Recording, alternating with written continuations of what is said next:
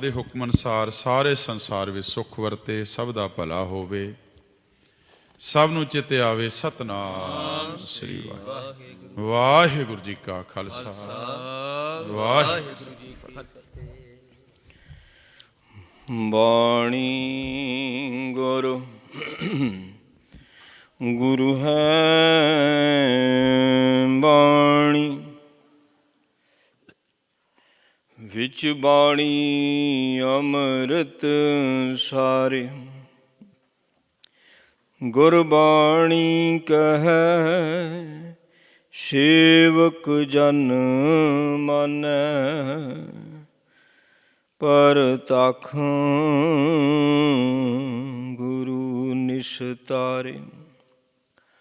ਆਓ ਸਿੱਖ ਸਤਿਗੁਰ ਕੇ ਪਿਆਰਿਓ, ਗਾਵੋ ਸੱਚੀ ਬਾਣੀ। ਬਾਣੀ ਤਾਂ ਗਾਵੋ ਗੁਰੂ ਕੇਰੀ, ਬਾਣੀਆਂ ਸਿਰ ਬਾਣੀ। ਜਿਨ ਕਾ ਨਦਰ ਕਰਮ ਹੋਵੈ,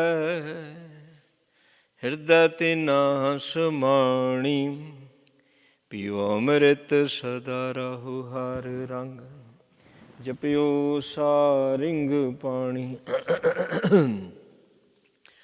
ਕਹਿ ਨਾਨਕ ਸਦਾ ਗਾਵੋ, ਇਹੋ ਸੱਚੀ ਬਾਣੀ। ਮੂਕ ਉਚਰੈ ਸ਼ਾਸਤਰ ਖਟ, ਪਿੰਗ ਗਿਰਨ ਚੜ ਜਾਏ। ਅੰਧ ਲਖੈ ਬਦਰੂ ਸੁਣੈ, ਜੋ ਕਾਲ ਕਿਰਪਾ ਕਰਾਏ। ਕਹਾਂ ਬੁੱਧ ਪ੍ਰਭ ਤੁਛ ਹਮਾਰੀ, ਵਰਨ ਸਕੈ ਮਹਿਮਾ ਜੋ ਤੁਹਾਰੀ। ਹਮ ਨਾ ਸਕਤ ਕਰ ਸਿਫਤ ਤੁਮਾਰੀ, ਆਪ ਲਿਹੋ ਤੁਮ ਕਥਾ ਸੁਧਾਰੀ। ਹਮ ਨਾ ਸਕਤ ਕਾਰ ਸਿਫਤ ਤੁਮਾਰੀ, ਆਪ ਲਿਹੋ ਤੁਮ ਕਥਾ ਸੁਧਾਰੀ। ਜੈ ਤਸਰੀ ਮਹੱਲਾ ਪੰਜਵਾਂ, ਘਰ ਤੀਜਾ, ਦੁਪਦੇ। ਇਕ ਓੰਕਾਰ ਸਤਿਗੁਰ ਪ੍ਰਸਾਦਿ, ਦੇ ਸੰਦੇਸਰੋ ਕਹੀਓ ਪ੍ਰਿਆ ਕਹੀਓ। ਬਿਸਮ ਭਈ ਮੈਂ ਬਹੁ ਬਿਧ ਸੁਨਤੇ, ਕਹੋ ਸੁਹਾਗਨ ਸਹੀਓ ਰਹਾਓ। ਕੋ ਕਹਿਤੋ ਸਭ ਬਾਹਰ ਬਾਹਰ, ਕੋ ਕਹਿਤੋ ਸਭ ਮਹੀਓ। ਵਰਨ ਨ ਦੀਸੈ ਚਿਹਨ ਨ ਲਖੀਐ, ਸੁਹਾਗਨ ਸਾਤ ਬੁਝਹੀਓ। ਸਰਬ ਨਿਵਾਸੀ ਘਟ ਘਟ ਬਾਸੀ, ਲੇਪ ਨਹੀਂ ਅਲਪਈਹੀਓ। ਨਾਨਕ ਕਹਿਤ ਸੁਨਹੁ ਰੇ ਲੋਗਾ, ਸੰਤ ਰਸਨ ਕੋ ਬਸਹੀਓ। ਸਰਬ ਨਿਵਾਸੀ ਘਟ ਘਟ ਵਾਸੀ, ਲੇਪ ਨਹੀਂ ਅਲਪਹੀਓ। ਨਾਨਕ ਕਹਿਤ ਸੁਨਹੁ ਰੇ ਲੋਗਾ, ਸੰਤ ਰਸਨ ਕੋ ਬਸਹੀਓ। ਵਾਹਿਗੁਰੂ ਜੀ ਕਾ ਖਾਲਸਾ, ਵਾਹਿਗੁਰੂ ਜੀ ਕੀ ਫਤਿਹ। ਧੰਨ ਧੰਨ ਸਾਹਿਬ ਮਹਾਰਾਜ ਸੱਚੇ ਪਾਤਸ਼ਾਹ ਜੀ, ਸ਼੍ਰੀ ਗੁਰੂ ਗ੍ਰੰਥ ਸਾਹਿਬ ਜੀਓ ਸਾਹਿਬਾਂ ਦੀ ਪਾਵਨ ਪਵਿੱਤਰ ਹਜ਼ੂਰੀ ਅੰਦਰ ਜੁੜ ਬੈਠੀ ਗੁਰੂ ਦੇ ਪਿਆਰ ਵਾਲੀ ਗੁਰੂ ਦੀ ਸਾਜੀ ਨਵਾਜੀ ਸਾਧ ਸੰਗਤ ਜੀ, ਸਤਿਗੁਰਾਂ ਦੀ ਅਪਰਪਾਰ ਮਿਹਰ ਕਿਰਪਾ ਰਹਿਮਤ ਬਖਸ਼ਿਸ਼ ਹੋਈ ਹੈ। ਅੰਮ੍ਰਿਤ ਵੇਲੇ ਤੋਂ ਗੁਰੂ ਚਰਨਾਂ ਵਿੱਚ ਬੈਠੇ ਹਾਂ। ਨਿਤਨੇਮ ਦੀਆਂ ਬਾਣੀਆਂ ਦੇ ਜਾਪ, ਆਸਾ ਜੀ ਦੀ ਵਾਰ ਦੇ ਕੀਰਤਨ, ਗੁਰਮੁਖ ਪਿਆਰੇ ਭਾਈ ਸਾਹਿਬ ਭਾਈ ਹਰਨਾਮ ਸਿੰਘ ਜੀ, ਗੁਰਨਾਮ ਸਿੰਘ ਜੀ, ਦਿੱਲੀ ਤੋਂ ਗੁਰਦੁਆਰਾ ਬੰਗਲਾ ਸਾਹਿਬ, ਧੰਨ ਸਤਿਗੁਰੂ ਸ਼੍ਰੀ ਗੁਰੂ ਹਰਕ੍ਰਿਸ਼ਨ ਸਾਹਿਬ ਜੀ ਮਹਾਰਾਜ ਜੀ ਦਾ ਪਾਵਨ ਸਥਾਨ। ਸੋ ਉੱਥੇ ਇਹ ਜਥਾ ਡਿਊਟੀ ਨਿਭਾ ਰਿਹਾ ਹੈ। ਪਿਛਲੇ ਕੁਝ ਦਿਨਾਂ ਤੋਂ ਸੋ ਗੁਰਬਾਣੀ ਰਾਹੀਂ ਸੰਗਤਾਂ ਨੂੰ ਨਿਹਾਲ ਕਰ ਰਹੇ ਨੇ। ਗੁਰੂ ਨੇ ਬੜੀ ਕਿਰਪਾ ਕੀਤੀ, ਸਾਨੂੰ ਸਭਨਾਂ ਨੂੰ ਇਹ ਸਮਾਂ ਬਖਸ਼ਿਆ ਹੈ। ਸੋ ਆਓ ਆਪਾਂ ਹੁਣ ਲੜੀਵਾਰ ਸ਼ਬਦ ਦੀ ਵਿਚਾਰ ਦੇ ਨਾਲ ਜੁੜੀਏ। 700 ਅੰਕ 'ਤੇ ਸ਼ਬਦ ਹੈ ਜਿਸ ਦੀ ਅੱਜ ਵਿਚਾਰ ਹੈ। ਜੈਤਸਰੀ ਰਾਗ ਮਹੱਲਾ ਪੰਜਵਾਂ। ਪੰਜਵੇਂ ਪਾਤਸ਼ਾਹ ਜੀ ਧੰਨ ਗੁਰੂ ਅਰਜਨ ਦੇਵ ਜੀ ਮਹਾਰਾਜ ਉਪਦੇਸ਼ ਕਰ ਰਹੇ ਨੇ। ਘਰ ਤੀਜਾ। ਤੀਸਰੇ ਘਰ ਵਿੱਚ ਗਾਇਨ ਕਰਨ ਦਾ ਹੁਕਮ ਹੈ। ਦੋ ਪਦਿਆਂ ਦਾ ਸ਼ਬਦ ਹੈ। ਪਹਿਲੋਂ ਅਕਾਲ ਪੁਰਖ ਦਾ ਮੰਗਲ ਹੈ। ਇੱਕ ਓੰਕਾਰ ਸਤਿਗੁਰ ਪ੍ਰਸਾਦ। ਪਰਮਾਤਮਾ ਪਰਮੇਸ਼ਰ ਇੱਕ ਹੈ, ਉਹ ਪ੍ਰਕਾਸ਼ਕ ਹੈ, ਇੱਕ ਰਸ ਹੈ। ਜਿਹੜੀ ਲਕੀਰ ਹੈ ਉੱਪਰ ਊੜੇ ਦੇ, ਉਹਦਾ ਅਰਥ ਹੈ ਇੱਕ ਰਸ। ਅਤੇ ਸੱਤ ਹੈ। ਸੱਤ ਤੋਂ ਭਾਵ ਹੁੰਦਾ ਜਿਸ ਦਾ ਨਾ ਕੋਈ ਆਦਿ ਹੈ, ਨਾ ਕੋਈ ਅੰਤ ਹੈ, ਨਾ ਜਨਮ ਹੈ, ਨਾ ਮੌਤ ਹੈ। ਸੱਤ ਹੈ। ਗੁਰ ਪ੍ਰਸਾਦ, ਗੁਰੂ ਦੀ ਕਿਰਪਾ ਜਦੋਂ ਹੁੰਦੀ ਫਿਰ ਉਹਦੀ ਪ੍ਰਾਪਤੀ ਹੁੰਦੀ ਹੈ। ਜਿੰਨਾ ਚਿਰ ਉਸ ਦੀ ਪ੍ਰਾਪਤੀ ਨਹੀਂ ਹੁੰਦੀ ਉਨਾ ਚਿਰ ਜੀਵ ਦੀ ਭਟਕਣਾ ਬਣੀ ਰਹਿੰਦੀ ਹੈ। 84 ਦੇ ਗੇੜੇ ਚੱਲਦੇ ਰਹਿੰਦੇ ਨੇ, ਕਦੀ ਜਨਮ, ਕਦੀ ਮੌਤ, ਦੁੱਖ ਸੁੱਖ, ਇਹ ਚੱਲਦੇ ਰਹਿਣ। ਜਦੋਂ ਉਹਦੀ ਪ੍ਰਾਪਤੀ ਹੋਣੀ ਫਿਰ ਸਿਲਸਿਲਾ ਬੰਦ ਹੋਣਾ।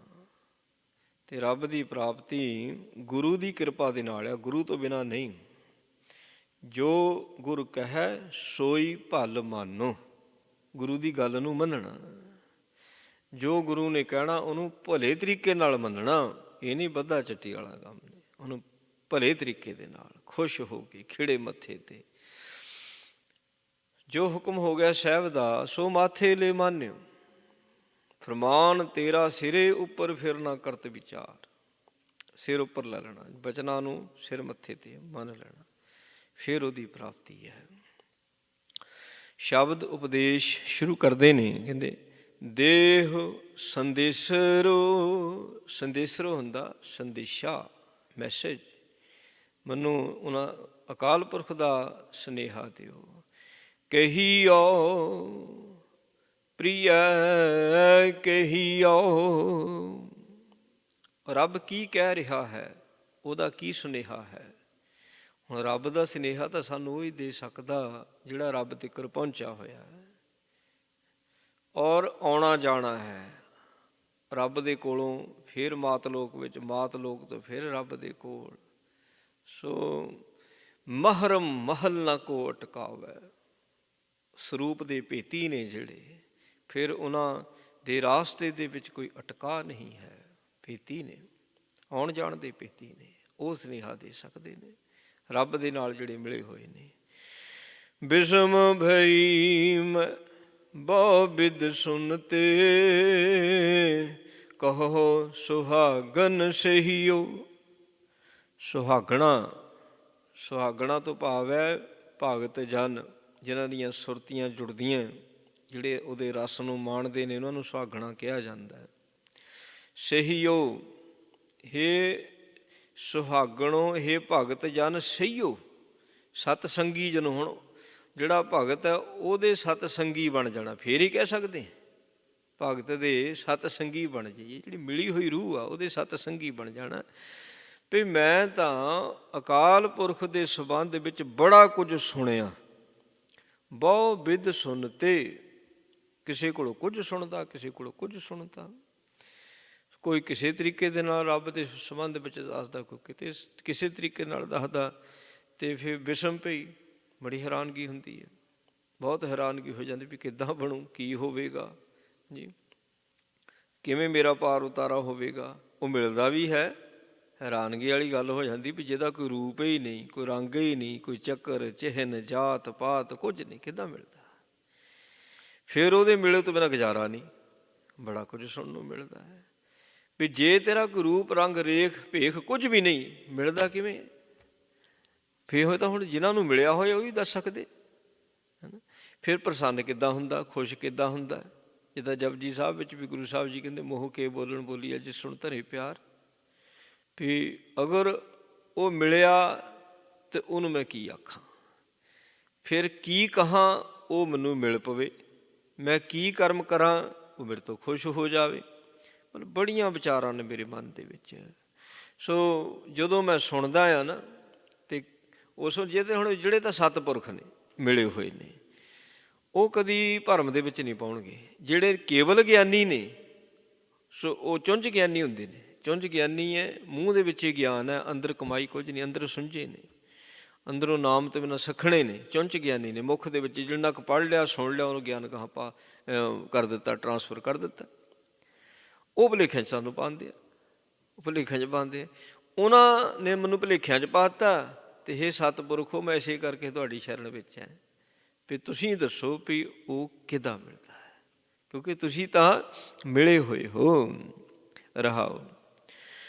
ਕੋ ਕਹ ਤੋ ਸਭ ਬਾਹਰ ਬਾਹਰ, ਕੋ ਕਹ ਤੋ ਸਭ ਮਹੀਓ। ਕਈ ਤਾਂ ਕਹਿੰਦੇ ਨੇ ਵੀ ਉਹ ਤਾਂ ਜੰਗਲਾਂ 'ਚੋਂ ਮਿਲਣਾ। ਜੇ ਤੂੰ ਪਰਿਵਾਰ 'ਚ ਰਿਹਾ, ਤੂੰ ਮੋਹ 'ਚ ਫਸਿਆ ਰਹਿਣਾ, ਕਿੱਦਾਂ ਰੱਬ ਨੂੰ ਮਿਲ ਸਕਦਾ? ਭਾਈ ਤੀਰਥ, ਕੋਈ ਤੀਰਥਾਂ 'ਤੇ ਮਿਲਣਾ ਦੱਸਦਾ, ਕੋਈ ਪਹਾੜਾਂ 'ਤੇ ਮਿਲਣਾ ਦੱਸਦਾ, ਕੋਈ ਸਮੁੰਦਰਾਂ 'ਤੇ ਮਿਲਣਾ ਦੱਸਦਾ, ਕੋਈ ਗੁਫਾਵਾਂ ਵਿੱਚ ਮਿਲਣਾ ਦੱਸਦਾ, ਕੋਈ ਭੋਰਿਆਂ ਵਿੱਚ ਮਿਲਣਾ ਦੱਸਦਾ, ਕੋਈ ਕਹਿੰਦਾ ਭੁੱਖੇ ਰਹੋ, ਨੀਂਦ ਨੂੰ ਜਿੱਤੋ। ਭੁੱਖੇ ਰਹਿਣਾ ਨੀਂਦ ਜਿੱਤੀ ਜਾਂਦੀ ਹੈ। ਸੋ ਕੋਈ ਕੁਝ ਦੱਸਦਾ, ਕੋਈ ਕੁਝ ਦੱਸਦਾ ਕਹਿੰਦੇ। ਸੋ ਕੋਈ ਕਹਿੰਦਾ ਬਾਹਰ ਹੈ, ਅਤੇ ਕੋਈ ਕਹਿੰਦਾ ਉਹ ਬਾਹਰ ਹੈ ਨਹੀਂ, ਅੰਦਰ ਹੈ। ਨਾ ਤਾਂ ਬਾਹਰ ਕਹਿਣੇ ਵਾਲਿਆਂ ਨੇ ਬਾਹਰ ਲੱਭਿਆ, ਨਾ ਅੰਦਰ ਕਹਿਣੇ ਵਾਲਿਆਂ ਨੇ ਅੰਦਰ ਲੱਭਿਆ। ਮੇਰਾ ਅੱਜ ਤੱਕ ਇਹਨਾਂ ਨਾਲ ਮੇਲ ਹੋਇਆ। ਹੈਗਾ ਤਾਂ ਉਹ ਬਾਹਰ ਵੀ ਹੈ ਅਤੇ ਅੰਦਰ ਵੀ ਹੈ। ਇਹ ਨਹੀਂ ਵੀ ਉਹ ਕੇਵਲ ਅੰਦਰ ਹੈ ਅਤੇ ਬਾਹਰ ਹੈ ਨਹੀਂ। ਮਹਾਰਾਜ ਕਹਿੰਦੇ ਘਰ ਬਾਹਰ ਤੇਰਾ ਪ੍ਰਵਾਸਾ, ਤੂੰ ਜਨ ਕਹੈ ਸੰਗ, ਜਦ ਜਾਈਏ ਤਹਾਂ ਸੁਹੇਲੇ। ਤੂੰ ਤਾਂ ਜਿੱਥੇ ਜਾਣਾ ਤੇਰੇ ਨਾਲ ਨਾਲ ਹੈ। ਸੋ ਹਰ ਵਕਤ ਹਰ ਸਮੇਂ ਜੇ ਕੋਈ ਸਾਡੇ ਨਾਲ ਰਹਿੰਦਾ, ਉਹ ਰੱਬ ਹੈ। ਅਤੇ ਦੂਜੀ ਹੈ ਮਾਇਆ। ਇੱਕ ਮਾਇਆ ਸਰਬ ਵਿਆਪਕ ਹੈ, ਇੱਕ ਰੱਬ ਸਰਬ ਵਿਆਪਕ ਹੈ। ਹੁਣ ਬਿਖ ਅੰਮ੍ਰਿਤ ਦੋਨੇ ਇੱਕੋ ਜਗ੍ਹਾ ਨੇ, ਦੋਨੇ ਨਾਲ ਨਾਲ ਨੇ। ਕੋਈ ਮਾਇਆ, ਮਹਾ ਮਾਇਆ ਤਾਂ ਕੀ ਹੈ? ਛਾਇਆ, ਉਹਦੀ ਛਾਇਆ। ਅਸੀਂ ਲੈਣਾ ਕੀ ਹੈ? ਜੇ ਤਾਂ ਰੱਬ ਲੈਣਾ ਤਾਂ ਗੁਰੂ ਵੱਲ ਮੂੰਹ ਕਰਨਾ ਪੈਂਦਾ। ਜੇ ਮਾਇਆ ਲੈਣੀ ਹੈ, ਫਿਰ ਜਦੋਂ ਮਾਇਆ ਵੱਲ ਮੂੰਹ ਕਰਦਾ, ਮਾਇਆ ਵੱਲ ਉਹ ਛਾਂ ਆ, ਜਦੋਂ ਛਾਂ ਵੱਲ ਮੂੰਹ ਕਰਦਾ, ਛਾਂ ਨੂੰ ਫੜਨ ਭੱਜਦਾ, ਇਹ ਫੜ ਨਹੀਂ ਹੁੰਦੀ, ਮਾਇਆ ਫੜ ਨਹੀਂ ਹੁੰਦੀ। ਗੁਰੂ ਤੋਂ ਵੀ ਜਾਂਦਾ, ਮਾਇਆ ਤੋਂ ਵੀ ਜਾਂਦਾ। ਜੀ ਮਾਇਆ ਨੂੰ ਭਟਕਾਉਂਦੀ ਬੜੀ ਆ। ਫਿਰ ਕਦੀ ਕਿਤੇ ਠੋਕਰਾਂ ਖਾਂਦਾ, ਕਦੀ ਕਿਤੇ ਠੋਕਰਾਂ ਖਾਂਦਾ। ਸੋ ਮੈਨੂੰ ਸਮਝ ਨਹੀਂ ਲੱਗਦੀ, ਮੈਂ ਤੈਨੂੰ ਕਿੱਥੇ ਲੱਭਾਂ? ਤੁਸੀਂ ਦੱਸੋ ਮੈਂ ਕਿੱਥੇ ਲੱਭਾਂ? ਕੋਈ ਕਹਿੰਦਾ ਉਹ ਬਾਹਰ ਹੈ, ਕੋਈ ਕਹਿੰਦਾ ਉਹ ਅੰਦਰ ਹੈ। ਬਰਨ ਨਾ ਦੀਸੈ, ਚਿਹਨ ਨ ਲਖੀਐ, ਸੁਹਾਗਨ ਸਾਤ ਬੁਝਹੀਓ। ਉਹਦਾ ਕੋਈ ਰੰਗ ਨਹੀਂ ਹੈ ਬਰਨ, ਉਹਦਾ ਕੋਈ ਚਿੰਨ੍ਹ ਨਹੀਂ ਹੈ, ਚਿੰਨ੍ਹ ਚੱਕਰ ਨਹੀਂ ਹੈ। ਸੁਹਾਗਣਾ ਨੇ ਸਮਝਿਆ ਹੋਇਆ, ਭਗਤਾਂ ਨੇ ਜਾਣਿਆ। ਇਸ ਕਰਕੇ ਭਗਤ ਜਨੋ, ਤੁਸੀਂ ਮੈਨੂੰ ਦੱਸੋ ਵੀ ਉਹ ਕਿੱਥੇ ਹੈ ਤਾਂ ਕਿੱਦਾਂ ਮਿਲਦਾ? ਸਰਬ ਨਿਵਾਸੀ ਘਟ ਘਟ ਵਾਸੀ, ਲੇਪ ਨਹੀਂ ਅਲਪਈਓ। ਇਹ ਹੈ ਸਤਿਪੁਰਖਾਂ ਦਾ ਉੱਤਰ, ਗੁਰੂ ਸਾਹਿਬਾਨਾਂ ਦਾ। ਜਿੱਦਾਂ ਹੁਣ ਧੰਨ ਗੁਰੂ ਅਰਜਨ ਦੇਵ ਜੀ ਮਹਾਰਾਜ ਸੱਚੇ ਪਾਤਸ਼ਾਹ ਜੀ ਗੁਰ ਪਰਮੇਸ਼ਰ ਨੇ, ਇਹ ਦੱਸ ਸਕਦੇ ਨੇ। ਗੁਰ ਪਰਮੇਸ਼ਰ ਹੈ ਨਾ। ਪਤਾ ਨਹੀਂ ਕਿੰਨਿਆਂ ਕਿਤੇ ਸਵਾਲ ਹੋਣਗੇ ਜਦੋਂ ਸਾਹਿਬ ਜੀ ਮਹਾਰਾਜ ਸਰੀਰ ਕਰਕੇ ਸਨ। ਕਈਆਂ ਦੇ ਸਵਾਲ ਹੋਣੇ ਨੇ ਵੀ ਰੱਬ ਨੂੰ ਕਿੱਦਾਂ ਮਿਲਿਆ ਜਾਂਦਾ। ਆਹ ਜਿਹੜੀਆਂ ਆਖਰੀ ਦੋ ਪੰਕਤੀਆਂ ਦੇ ਵਿੱਚ ਮਹਾਰਾਜ ਕਹਿੰਦੇ ਸਰਬ ਨਿਵਾਸੀ, ਕਹਿੰਦੇ ਸਾਰਿਆਂ ਵਿੱਚ ਵੱਸਦਾ। ਘਟ ਘਟ ਵਾਸੀ, ਹਰੇਕ ਘਟ ਦੇ ਵਿੱਚ ਵੱਸਦਾ ਹੈ ਨਾ। ਜਿੱਥੇ ਉਸਨੇ ਰਚਨਾ ਰਚੀ ਉਹ ਘਟ ਬਣ ਗਿਆ, ਜਿੱਥੇ ਉਹਦੀ ਰਚਨਾ ਰਚੀ ਗਈ ਉਹ ਘਟ ਬਣ ਗਿਆ। ਘਟ ਘਟ ਵਾਸੀ, ਲੇਪ ਨਹੀਂ ਅਲਪਈਓ। ਪਰ ਉਸ ਜਿਸ ਵੀ ਘਟ ਵਿੱਚ ਵੱਸਦਾ, ਉਸਦਾ ਉਸਨੂੰ ਕੋਈ ਲੇਪ ਨਹੀਂ ਹੈ। ਮਨੁੱਖ ਹੀ ਕਿੱਦਾਂ ਦੇ ਕਿੰਨੇ ਸੁਭਾਵਾਂ ਦੇ ਆ ਬਣਾਏ ਹੋਏ ਰੱਬ ਨੇ। ਉਹਨਾਂ ਦਾ ਖਾਣਾ ਪੀਣਾ ਸਾਰਿਆਂ ਦਾ ਅੱਡੋ ਅੱਡ ਹੀ ਆ, ਸੁਭਾਅ ਅੱਡੋ ਅੱਡ ਨੇ। ਰੱਬ ਸਾਰਿਆਂ 'ਚ ਵੱਸਦਾ। ਕਿ ਰੱਬ ਉਹਦੇ ਵਰਗਾ ਹੋ ਗਿਆ? ਸਾਡਾ ਸਿਸਟਮ ਇਹ, ਅਸੀਂ ਜਿੱਥੇ ਰਹਿਣ ਲੱਗ ਪਏ ਨੇ ਅਸੀਂ ਉਹਦੇ ਵਰਗੇ ਹੋ ਜਾਂਦੇ ਹਾਂ। ਰੱਬ ਹਰੇਕ ਦੇ ਘਟ ਵਿੱਚ ਵੱਸਦਾ, ਪਰ ਨਿਰਲੇਪ ਰਹਿੰਦਾ ਹੈ। ਇਹ ਥੋੜ੍ਹੀ ਵੀ ਚੋਰ ਵਿੱਚ ਵਸਿਆ ਅਤੇ ਰੱਬ ਵੀ ਚੋਰ ਹੀ ਬਣ ਗਿਆ, ਸਾਧ ਵਿੱਚ ਵਸਿਆ ਰੱਬ ਵੀ ਸਾਧ ਬਣ ਗਿਆ। ਉਹ ਭਾਈ ਉਹ ਸਾਧ ਬਣਾਉਣੇ ਵਾਲਾ, ਚੋਰਾਂ ਦੀਆਂ ਚੋਰੀਆਂ ਛਡਾਉਣੇ ਵਾਲਾ, ਉਹ ਤਾਂ ਵਿੱਚ ਬੈਠਾ ਸਾਨੂੰ ਵੇਖਦਾ, ਵਾਚ ਕਰਦਾ ਵੀ ਕੀ ਕਰਦੇ। ਤਾਂ ਕੈਮਰਾ ਲੱਗਾ ਹੁੰਦਾ। ਹੁਣ ਚੰਦ ਆ, ਸੂਰਜ ਹੈ, ਇਹਨਾਂ ਦੀਆਂ ਕਿਰਨਾਂ ਧਰਤੀ 'ਤੇ ਪਹੁੰਚਦੀਆਂ। ਉਹ ਜਿਹੜੀਆਂ ਕਿਰਨਾਂ ਨੇ ਉਹ ਚੰਗੀਆਂ ਮੰਦੀਆਂ ਥਾਵਾਂ 'ਤੇ ਪੈਂਦੀਆਂ। ਜੇ ਕਿਸੇ ਮੰਦੀ ਥਾਂ 'ਤੇ ਕਿਰਨ ਪੈਂਦੀ ਹੈ, ਇਹਦਾ ਮਤਲਬ ਚੰਦ ਮੈਲਾ ਹੋ ਗਿਆ, ਸੂਰਜ ਮੈਲਾ ਹੋ ਗਿਆ? ਨਹੀਂ ਮੈਲੇ ਹੁੰਦੇ, ਮੈਲੇ ਨਹੀਂ ਹੁੰਦੇ, ਹੈਗੇ ਸਾਰਿਆਂ ਦੇ ਵਿੱਚ। ਚੰਦ ਸੂਰਜ ਦਾ ਪ੍ਰਕਾਸ਼ ਹਰੇਕ ਜਗ੍ਹਾ 'ਤੇ ਆ। ਹੁਣ ਨਹੀਂ ਜੇ ਦੇਖਣਾ ਵੀ ਚੰਦ ਥੱਲੇ ਵੀ ਹੈ, ਘੜੇ ਭਰ ਕੇ ਰੱਖ ਲਓ, ਕਹਿੰਦੇ ਹਰੇਕ ਘੜੇ ਵਿੱਚ ਚੰਦ ਦਿਸਣ ਲੱਗ ਪੈਂਦਾ। ਜਿੱਦਾਂ ਸੋ ਚੰਦਰਮਾ ਹਰੇਕ ਘੜੇ ਵਿੱਚ ਦਿਖਦਾ, ਇਸੇ ਤਰ੍ਹਾਂ ਹੀ ਰੱਬ ਸਭਨਾਂ ਦੇ ਵਿੱਚ ਹੈ। ਪਰ ਅਸੀਂ ਘੜੇ ਵਿੱਚ ਹੱਥ ਪਾ ਕੇ ਚੰਦ ਨੂੰ ਫੜ ਨਹੀਂ ਸਕਦੇ। ਹਰ ਦਿਸਦਾ ਵੀ ਹੈ ਅਤੇ ਫੜਿਆ ਵੀ ਨਹੀਂ ਜਾਂਦਾ। ਘੜੇ ਦਾ ਪਾਣੀ ਮੈਲਾ ਕਰ ਦਿਓ, ਉਹਦੇ ਨਾਲ ਚੰਦ ਨਹੀਂ ਮੈਲਾ ਹੁੰਦਾ। ਉਹ ਘੜੇ ਦੇ ਪਾਣੀ ਦੀ ਮੈਲ ਚੰਦ ਨੂੰ ਛੋਹ ਨਹੀਂ ਸਕਦੀ। ਇਸੇ ਤਰ੍ਹਾਂ ਹੀ ਅਸੀਂ ਜੇ ਮਾੜੇ ਕਰਮ ਕਰਦੇ, ਰੱਬ ਸਾਡੇ ਵਿੱਚ ਹੈ, ਇਹ ਮਾੜਾ ਵੇਖਦੇ ਹਾਂ, ਮਾੜਾ ਸੁਣਦੇ ਹਾਂ, ਮਾੜਾ ਬੋਲਦੇ ਹਾਂ, ਰੱਬ ਮੈਲਾ ਹੋ ਗਿਆ? ਨਹੀਂ ਕਹਿੰਦੇ, ਕਹਿੰਦੇ ਉਹ ਨਹੀਂ ਮੈਲਾ ਹੁੰਦਾ। ਇਹ ਉੱਤਰ ਦਿੱਤਾ ਮਹਾਰਾਜ ਸੱਚੇ ਪਾਤਸ਼ਾਹ ਜੀ ਨੇ, ਕਹਿੰਦੇ ਉਹ ਨਿਰਲੇਪ ਹੈ। ਸਾਡੇ ਕੰਮਾਂ ਕਾਰਾਂ ਦਾ, ਸਾਡੇ ਖਾਣ ਪੀਣ ਦਾ ਉਹਨੂੰ ਕੋਈ ਲੇਪ ਨਹੀਂ ਹੈ। ਕਹਿੰਦੇ ਜਿੰਨੇ ਵੀ 84 ਲੱਖ ਉਸਨੇ ਜੀਆ ਜੰਤ ਪੈਦਾ ਕਰ ਦਿੱਤੇ, ਕਿਹਦੇ ਵਿੱਚ ਉਹਦੀ ਜੋਤ ਨਹੀਂ ਹੈ, ਪਰ ਉਹ ਨਿਰਲੇਪ ਹੈ। ਉਹ ਜੋ ਵੀ ਜੀਵ ਕਰ ਰਹੇ ਨੇ ਉਹਦਾ ਉਹਨੂੰ ਕੋਈ ਲੇਪ ਨਹੀਂ ਹੈ। ਕਹਿੰਦੇ ਨਾਨਕ ਕਹਿਤ ਸੁਨਹੁ ਰੇ ਲੋਗਾ, ਸੰਤ ਰਸਨ ਕੋ ਬਸਈਓ। ਸਿੱਖ ਕਹਿੰਦੇ ਗੁਰੂ ਅਰਜਨ ਦੇਵ ਮਹਾਰਾਜ ਨੂੰ, ਸੱਚੇ ਪਾਤਸ਼ਾਹ ਫਿਰ ਵੀ ਦੱਸੋ ਤਾਂ ਅਸੀਂ ਕਿੱਥੇ ਵੱਸਦਾ? ਮਹਾਰਾਜ ਉਹ ਕਹਿੰਦੇ ਨਾਨਕ ਕਹਿਤ ਸੁਣੋ ਰੇ ਲੋਗਾ, ਵੀ ਜਿਹੜੀ ਗੱਲ ਬਾਬੇ ਨਾਨਕ ਨੇ ਕਹੀ ਆ ਸੁਣੋ ਬਈ, ਤੁਸੀਂ ਵੀ ਸੁਣੋ, ਅਸੀਂ ਵੀ ਇਹ ਗੱਲ ਕਹਿੰਦੇ, ਅਸੀਂ ਵੀ ਇਹ ਗੱਲ ਮੰਨਦੇ। ਜੋ ਤਾਂ ਗੱਲ ਸਾਨੂੰ ਗੁਰੂ ਰਾਮਦਾਸ ਮਹਾਰਾਜ ਨੇ ਕਹੀ ਆ, ਅਸੀਂ ਵੀ ਉਹੀ ਗੱਲ ਤੁਹਾਨੂੰ ਸੁਣਾ ਰਹੇ ਹਾਂ। ਉਹ ਸੰਤ ਰਸਨ ਕੋ ਬਸਈਓ, ਸੰਤਾਂ ਦੀ ਰਸਨਾ 'ਤੇ ਬਸਦਾ। ਸੰਤ ਰਸਨ ਕੋ ਬਸਈਓ, ਜਿਹੜੇ ਸੰਤ ਜਨ ਨੇ, ਭਗਤ ਜਨ ਨੇ, ਉਹੀ ਉਸ ਦੇ ਰਸ ਨੂੰ ਮਾਣਦੇ ਨੇ, ਉਹੀ ਰਸ ਨੂੰ ਮਾਣ। ਹੁਣ ਜਿਹਨੂੰ ਜਿਹਦੀ ਰਸ ਦਾ, ਜਿਸ ਗੱਲ ਦਾ, ਜਿਸ ਵਸਤੂ ਦਾ ਰਸ ਮਾਣਿਆ ਉਹ ਹਿਰਦੇ 'ਚ ਵਸਦੀ ਹੈ, ਅੰਦਰ ਵਸਦੀ ਹੈ। ਜੇ ਗੱਲ ਕੋਈ ਚੰਗੀ ਲੱਗਦੀ ਹੈ, ਉਹਦਾ ਬੁੱਧੀ, ਰਸਨ ਬੁੱਧੀ ਨੂੰ ਵੀ ਕਹਿੰਦੇ ਨੇ, ਬੁੱਧੀ ਉਹਦਾ ਆਨੰਦ ਮਾਣਦੀ ਹੈ, ਤੇ ਹਿਰਦੇ 'ਚ ਵਸਦੀ ਤਾਂ ਆਨੰਦ ਮਾਣਦੀ। ਜਿਹੜੀ ਰਸਨਾ ਆ, ਰਸਨਾ ਉਨਾ ਚਿਰ ਪਦਾਰਥ ਦਾ ਰਸ ਮਾਣਦੀ ਜਿੰਨਾ ਚਿਰ ਪਦਾਰਥ ਰਸਨਾ ਦੇ ਉੱਪਰ ਹੈ, ਬਾਅਦ ਵਿੱਚ ਉਹਦਾ ਰਸ ਕੋਈ ਨਹੀਂ ਰਹਿ ਜਾਂਦਾ। ਜਿਹੜੀ ਬੁੱਧੀ ਹੈ, ਬੁੱਧੀ ਹਮੇਸ਼ਾ ਹੀ ਸ਼ਬਦ ਦਾ ਰਸ ਮਾਣਦੀ ਹੈ, ਹਮੇਸ਼ਾ ਰਸ ਮਾਣਦੀ ਬੁੱਧੀ। ਜਿੰਨਾ ਚਿਰ ਚਾਹੋ ਬੁੱਧੀ ਦੇ ਵਿੱਚ ਸ਼ਬਦ ਨੂੰ ਪਕੜ ਕੇ ਰੱਖ ਸਕਦੇ ਹੋ। ਕੋਈ ਛੇਵਾਂ ਗਿਆਨ ਇੰਦਰਾ ਸਾਡਾ। ਸੰਤ ਰਸਨ ਕੋ ਬਸਈਓ, ਭਾਈ ਜਿਹੜੇ ਭਗਤ ਜਨ ਨੇ ਉਹਨਾਂ ਦੀ ਬੁੱਧ ਵਿੱਚ ਉਹਦਾ ਪ੍ਰਕਾਸ਼ ਹੈ, ਉਹਨਾਂ ਦੀ ਬੁੱਧ ਦੇ ਵਿੱਚ ਪ੍ਰਕਾਸ਼, ਹਰ ਵਕਤ ਉਹ ਰਸ ਲੈਂਦੇ ਨੇ। ਜੈਤ ਸ੍ਰੀ ਮਹੱਲਾ ਪੰਜਵਾਂ, ਅਗਲਾ ਸ਼ਬਦ ਜੀ। ਧੀਰੋ ਸੁਨ ਧੀਰੋ ਪ੍ਰਭ ਕੋ। ਦੇਖੋ ਰੱਬ ਦੇ ਵਿੱਚ ਤਾਂ ਧੀਰਜ ਹੈਗਾ ਹੀ, ਉਹ ਤਾਂ ਧੀਰਜ ਦਾ ਘਰ ਹੈ ਰੱਬ ਤਾਂ। ਪਰ ਹੁਣ ਮਹਾਰਾਜ ਸੱਚੇ ਪਾਤਸ਼ਾਹ ਕਹਿੰਦੇ ਪ੍ਰਭ ਕਹਿ, ਰੱਬ ਦੇ ਬਚਨ, ਰੱਬ ਦੇ ਸੰਬੰਧ ਵਿੱਚ ਜੇ ਕਿਸੇ ਨੇ ਕੁਝ ਸੁਣਨਾ, ਕਿਹਦੇ ਕੋਲੋਂ ਸੁਣੋ? ਭਾਈ ਜਿਨ੍ਹਾਂ ਦੇ ਅੰਦਰ ਧੀਰਜ ਹੈ, ਜਿਨ੍ਹਾਂ ਦਾ ਟਿਕਾ ਬਣਿਆ ਹੋਇਆ ਹੈ। ਫੇਰ ਕਹਿੰਦੇ ਧੀਰੋ, ਧੀਰਜ ਵਾਲੇ, ਸੁਨ ਧੀਰੋ ਪ੍ਰਭ ਕੋ। ਭਾਈ ਜਿਨ੍ਹਾਂ ਨੇ ਉਹਦੇ ਨਾਮ ਨੂੰ ਸੁਣ ਕੇ ਆਪਣੇ ਅੰਦਰ ਨੂੰ ਟਿਕਾ ਲਿਆ, ਸੋ ਉਹ ਧੀਰਜ ਵਾਲੇ ਜਿਹੜੇ ਨੇ, ਉਹਨਾਂ ਦੇ ਕੋਲੋਂ ਰੱਬ ਦੇ ਸੰਬੰਧ ਵਿੱਚ ਸੁਣ, ਜੋ ਉਹ ਸਾਨੂੰ ਰੱਬ ਦੇ ਸੰਬੰਧ ਵਿੱਚ ਦੱਸਦੇ ਨੇ। ਰਹਾਓ। ਜੀ ਪ੍ਰਾਣ ਮਨ ਤਨ ਸਭ ਅਰਪੋ, ਨਿਰਪੇਖ ਪ੍ਰਭ ਕੋ ਨੀਰੋ। ਇਹ ਤਾਂ ਫਿਰ ਧੀਰਜ ਵਾਲਿਆਂ ਦੀ ਗੱਲ ਹੈ ਨਾ, ਜਿਹੜੇ ਸੁਣੀਆਂ ਸੁਣਾਈਆਂ ਗੱਲਾਂ ਕਰਦੇ ਆ, ਅੰਦਰ ਟਿਕਾ ਕੁਝ ਨਹੀਂ ਹੈ। ਕਦੀ ਬਾਣੀ ਦਾ ਸਵਾਦ ਨਹੀਂ ਆਇਆ, ਕਦੀ ਰਸ ਨਹੀਂ ਚੱਖਿਆ ਬਾਣੀ ਦਾ, ਕਦੀ ਸੁਰਤ ਨਹੀਂ ਜੁੜੀ, ਬਸ ਜੋ ਪੜ੍ਹ ਲਿਆ ਉਹ ਸੁਣਾ ਦਿੱਤਾ। ਔਰ ਪੜ੍ਹ ਕੇ ਸੁਣਾਉਣੇ ਵਾਲੇ, ਸੁਣ ਕੇ ਸੁਣਾਉਣੇ ਵਾਲੇ ਕਾਹਲੇ ਬੜੇ ਹੁੰਦੇ ਨੇ ਵੀ ਫਟਾਫਟ ਮੈਂ ਦੱਸ ਦੇਵਾਂ ਵੀ ਮੈਨੂੰ ਅੱਜ ਆਹ ਗੱਲ ਨਵੀਂ ਪਤਾ ਲੱਗੀ। ਆਪਣੇ ਆਪ ਨੂੰ ਨਹੀਂ ਸਮਝਾਉਂਦੇ। ਜੇ ਕੋਈ ਨਵੀਂ ਗੱਲ ਪਤਾ ਲੱਗ ਗਈ ਹੈ, ਉਹ ਭਾਈ ਆਪਣੇ ਆਪ 'ਤੇ ਲਾਗੂ ਕਰੋ, ਆਪਣੇ ਆਪ ਨੂੰ ਸਮਝਾਓ ਵੀ ਤੂੰ ਸਮਝਦਾ, ਔਰ ਜਿਸ ਦਿਨ ਤੂੰ ਸਮਝ ਗਿਆ ਹੈ ਨਾ, ਉਸ ਦਿਨ ਤੇਰੀ ਕਹੀ ਹੋਈ ਗੱਲ ਸਾਰੇ ਸਮਝਣ ਲੱਗ ਪੈਣਗੇ। ਜੇ ਹੁਣ ਤੂੰ ਹੀ ਨਹੀਂ ਗੁਰੂ ਦੀ ਗੱਲ ਸਮਝਦਾ ਤੇ ਫਿਰ ਜਿਹਨੂੰ ਮਰਜ਼ੀ ਸੁਣਾ ਲਾ, ਕੋਈ ਨਹੀਂ ਸਮਝੇਗਾ ਜੀ। ਉਹਨਾਂ ਕੋਲ ਸਾਰਿਆਂ ਕੋਲ ਆਪਣੀ ਬੁੱਧ ਹੈ, ਆਪਣਾ ਮਨ ਆ ਸਾਰਿਆਂ ਕੋਲ। ਉਹ ਜੇ ਤੈਨੂੰ ਕੁਛ ਸੁਣਨ 'ਚ ਮਿਲਿਆ ਤੇ ਭਾਈ ਉਹਨੂੰ ਸਮਝ।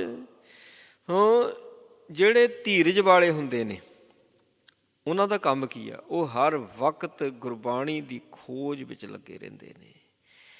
ਅਤੇ ਗੁਰਬਾਣੀ ਦੀ ਖੋਜ ਐਸੀ ਹੈ ਜਿਹਦੇ ਵਿੱਚ ਸਾਨੂੰ ਨਿੱਤ ਨਵਾਂ ਉਪਦੇਸ਼ ਮਿਲਦਾ। ਸਤਿਗੁਰ ਮੇਰਾ ਨੀਤ ਨਵਾਂ।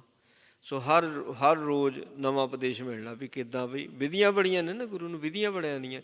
ਕਿੱਦਾਂ ਮਨ ਨੂੰ ਕਾਬੂ ਕਰਨਾ, ਕਿੱਦਾਂ ਮਨ ਨੂੰ ਰੋਕਣਾ, ਕਿੱਦਾਂ ਮਨ ਨੂੰ ਸਾਫ਼ ਕਰਨਾ, ਕਿੱਦਾਂ ਸੁਰਤ ਨੂੰ ਜੋੜਨਾ, ਇਸ ਸੰਸਾਰ ਵਿੱਚ ਕਿੱਦਾਂ ਵਿਚਰਦਿਆਂ ਹੋਇਆਂ ਵੀ ਨਿਰਲੇਪ ਰਹਿਣਾ, ਕਿੱਦਾਂ ਰਹਿਣਾ। ਬੜੀਆਂ ਵਿਧੀਆਂ ਸਤਿਗੁਰਾਂ ਨੇ ਬਾਣੀ ਵਿੱਚ ਦੱਸੀਆਂ ਹੋਈਆਂ ਨੇ। ਹੁਣ ਜਿਹੜੇ ਧੀਰਜ ਵਾਲੇ ਨੇ ਹੈ ਨਾ, ਸੋ ਉਹ ਬਾਣੀ ਦੀ ਖੋਜ ਕਰਦਿਆਂ ਕਰਦਿਆਂ ਵੀ ਬਹੁਤ ਨੇੜੇ ਰਹਿਣ ਲੱਗ ਪੈਂਦੇ ਨੇ ਰੱਬ ਦੇ, ਬਹੁਤ ਨੇੜੇ। ਕਿਉਂਕਿ ਸੁਣਦੇ ਨੇ ਅਤੇ ਸੋਝੀ ਦੇ ਨਾਲ, ਸੁਰਤ ਦੇ ਨਾਲ ਵੇਖਦੇ ਵੀ ਹਨ।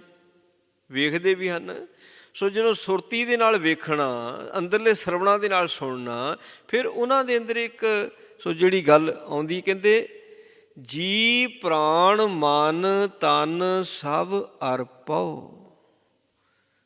ਉਹ ਕਿੱਦਾਂ? ਕਹਿੰਦੇ ਪੇਖ ਨੀਰੋ ਪੇਖ ਪ੍ਰਭ ਕਉ ਨੀਰੋ। ਹੇ ਸੱਚੇ ਪਾਤਸ਼ਾਹ, ਮੈਂ ਤੈਨੂੰ ਨੇੜੇ ਤੋਂ ਨੇੜੇ ਵੇਖਣਾ ਚਾਹੁੰਦਾ, ਨੇੜੇ ਤੋਂ ਨੇੜੇ। ਇਹਦੇ ਵਾਸਤੇ ਮੇਰਾ ਸਭ ਕੁਝ ਹਾਜ਼ਰ ਹੈ। ਮੇਰੀ ਜਿੰਦ, ਮੇਰੇ ਪ੍ਰਾਣ, ਮੇਰਾ ਸਾਰਾ ਕੁਝ, ਤਨ ਮਨ ਤਨ। ਸੋ ਜਦੋਂ ਗਿਆਨ ਮਿਲਦਾ ਨਾ ਇਸ ਚੀਜ਼ ਦਾ, ਇਹਨੂੰ ਫੇਰ ਬੜੀ ਸ਼ਰਮਿੰਦਗੀ ਆਉਂਦੀ ਵੀ ਮੈਂ ਤਾਂ ਗੁਰੂ ਨੂੰ ਕਹਿੰਦਾ ਰਿਹਾ ਵੀ ਤਨ ਮਨ ਤੈਨੂੰ ਸੌਂਪਿਆ, ਪਤਾ ਤਾਂ ਹੋਣ ਲੱਗਾ ਤਨ ਮਨ ਹੈ ਹੀ ਨਹੀਂ ਮੇਰਾ ਤਨ ਮਨ ਨਹੀਂ ਹੈ। ਮੇਰਾ ਮੁਝ ਮੈਂ ਕਿਛ ਨਹੀਂ, ਇਹ ਭੇਟਾ ਅਸਲ ਭੇਟਾ ਆ। ਜੋ ਕਿਛ ਹੈ ਸੋ ਤੇਰਾ, ਤੇਰਾ ਤੇਰੇ ਹਵਾਲੇ ਕਰ ਦਿੱਤਾ, ਤੇਰਾ ਤੁਝ ਕੋ ਸੌਂਪ ਤੇ ਕਿਆ ਲਾਗੇ ਮੇਰਾ। ਜਿਨ੍ਹਾਂ ਦੇ ਅੰਦਰ ਸਹਿਜ ਹੈ, ਧੀਰਜ ਬਣਿਆ ਹੋਇਆ, ਉਹ ਇੱਕੋ ਹੀ ਡਿਮਾਂਡ ਕਰਦੇ ਵੀ ਮੈਂ ਤੈਨੂੰ ਨੇੜੇ ਹੂੰ ਤੇ ਨੇਰਾ। ਮਤਲਬ ਤੁਸੀਂ ਕਹਿੰਦੇ ਨੇੜੇ ਤੋਂ ਨੇੜੇ, ਮੈਂ ਦੇਖਣਾ ਚਾਹੁੰਦਾ। ਉਹਦੇ ਵਾਸਤੇ ਮੇਰੇ ਕੋਲ ਜੋ ਕੁਝ ਹੈ ਉਹ ਸਾਰਾ ਕੁਝ ਤੇਰਾ, ਅਤੇ ਪਰ ਮੈਨੂੰ ਤੂੰ ਆਪਣੇ ਇਸ ਰੂਪ ਦੀ ਸੋਝੀ ਕਰਾ। ਅਤੇ ਮਹਾਰਾਜ ਦੀ ਬਾਣੀ ਵੀ ਕਹਿੰਦੀ ਜੋ ਮੰਗੇ ਠਾਕੁਰ ਆਪਣੇ ਤੇ ਸੋਈ ਦੇਵੈ। ਜੇ ਭਗਤ ਦਾ ਇਹ ਖਿਆਲ ਬਣ ਜਾਂਦਾ ਮੈਂ ਤੈਨੂੰ ਨੇੜੇ ਤੋਂ ਨੇੜੇ ਵੇਖਣਾ ਚਾਹੁੰਦਾ, ਅਤੇ ਇਹਨਾਂ ਅੱਖਾਂ ਦਾ ਨਾਲ ਤਾਂ ਵਹਿੰਦਾ ਨਹੀਂ। ਜਿਹੜੇ ਸਾਡੇ ਬਾਹਰਲੇ ਨੇਤਰ ਨੇ, ਅਤੇ ਨਾ ਹੀ ਇਹਨਾਂ ਅੱਖਾਂ ਦੇ ਨਾਲ ਦੇਖ ਕੇ ਆਨੰਦ ਹੀ ਬਣਦਾ। ਆਨੰਦ ਅੰਦਰਲੇ ਨੇਤਰਾਂ ਦੇ ਨਾਲ ਬਣਦਾ। ਔਰ ਜਿੰਨੀ ਪਾਵਰ ਅੰਦਰਲੇ ਨੇਤਰਾਂ ਦੇ ਵਿੱਚ ਹੈ, ਬਾਹਰਲੇ ਅੱਖਾਂ ਦੀ ਪਾਵਰ ਨਹੀਂ ਹੈ। ਇਹਨਾਂ ਦੀ ਜੋਤ ਜਗਦੀ ਬੁਝਦੀ, ਇਹਨਾਂ ਦੀ ਜੋਤ ਇੱਕ ਰਸ ਨਹੀਂ ਹੈ। ਜਿਹੜੀ ਅੰਦਰਲੇ ਨੇਤਰ ਨੇ ਉਹਨਾਂ ਦੀ ਜੋਤ ਕਦੀ ਬੁਝਦੀ ਨਹੀਂ ਹੈ, ਉਹ ਹਮੇਸ਼ਾ ਜਗਦੀ ਹੈ। ਸੋ ਉਹਦੇ ਨਾਲ ਮੈਂ ਦੇਖਣਾ ਚਾਹੁੰਦਾ, ਇਹ ਮੇਰੇ 'ਤੇ ਕਿਰਪਾ ਕਰੋ। ਕਹਿੰਦੇ ਬੇਸ਼ੁਮਾਰ ਬੇਅੰਤ ਵੱਡ ਦਾਤਾ, ਮਨ ਹੈ ਗਹੀਰੋ ਪ੍ਰੇਖ ਪ੍ਰਭ ਕੋ। ਜਦੋਂ ਉਹਨੂੰ ਅੰਦਰੋਂ ਪੇਖਿਆ, ਅੰਦਰਲੇ ਸਿਰ ਨੂੰ ਜਦੋਂ ਅੰਦਰੋਂ ਦੇਖਣਾ, ਉਹਨੂੰ ਪੇਖਣਾ ਕਿਹਾ ਜਾਂਦਾ। ਨੇਤਰ ਪੇਖਦੇ ਹੁੰਦੇ ਨੇ। ਅੰਦਰੋਂ ਪੇਖਿਆ ਜਦੋਂ, ਕੀ ਦੇਖਿਆ? ਕਹਿੰਦੇ ਬੇਸ਼ੁਮਾਰ ਹੈ, ਉਹ ਤਾਂ ਗਿਣਤੀ ਤੋਂ ਰਹਿਤ ਹੈ। ਬੇਸ਼ੁਮਾਰ, ਉਹਦੀ ਗਿਣਤੀ ਮਿਣਤੀ ਕੋਈ ਨਹੀਂ ਹੈ। ਉਹਨੇ ਜੋ ਵੀ ਰਚ ਦਿੱਤਾ, ਰਚਨਾ ਨਾਲ ਰਚੀ ਹੋਈ ਆ, ਉਹਦੀ ਕੋਈ ਗਿਣਤੀ ਨਹੀਂ ਹੈ। ਫਿਰ ਕਿੰਨੀ ਵਾਰੀ ਉਹ ਯੁੱਗਾਂ ਦੀ ਖੇਡ ਕਰ ਚੁੱਕਾ, ਕੋਈ ਗਿਣਤੀ ਨਹੀਂ ਹੈ। ਕਿੰਨੀਆਂ ਕੁ ਦਾਤਾਂ ਉਹਨੇ ਦਿੱਤੀਆਂ ਅਤੇ ਕਿੰਨੀਆਂ ਕੁ ਦਾਤਾਂ ਦੇ ਰਿਹਾ, ਕਿਹਨੂੰ ਦੇ ਰਿਹਾ, ਕੋਈ ਗਿਣਤੀ ਨਹੀਂ ਹੈ।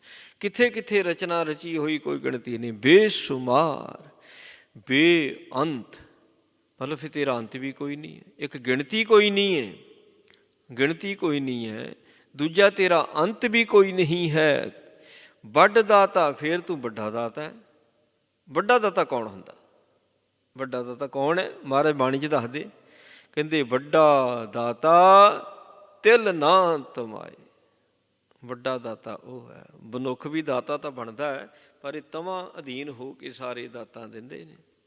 ਚਾਹੇ ਕੋਈ ਭਰਾ ਆ, ਅਤੇ ਚਾਹੇ ਪਿਓ ਆ ਸਕਾ, ਕੋਈ ਵੀ ਹੈ, ਸਭ ਤੋਂ ਨੇੜਲੇ ਰਿਸ਼ਤੇ ਨੇ। ਪਤੀ ਪਤਨੀ ਦਾ ਰਿਸ਼ਤਾ ਸਭ ਤੋਂ ਨੇੜਲਾ ਰਿਸ਼ਤਾ ਹੈ, ਪਰ ਇੱਥੇ ਵੀ ਤਮਾ ਹੁੰਦੀ ਇੱਕ ਦੂਜੇ ਨੂੰ, ਇੱਕ ਦੋਨਾਂ ਨੂੰ ਤਮਾ ਆ।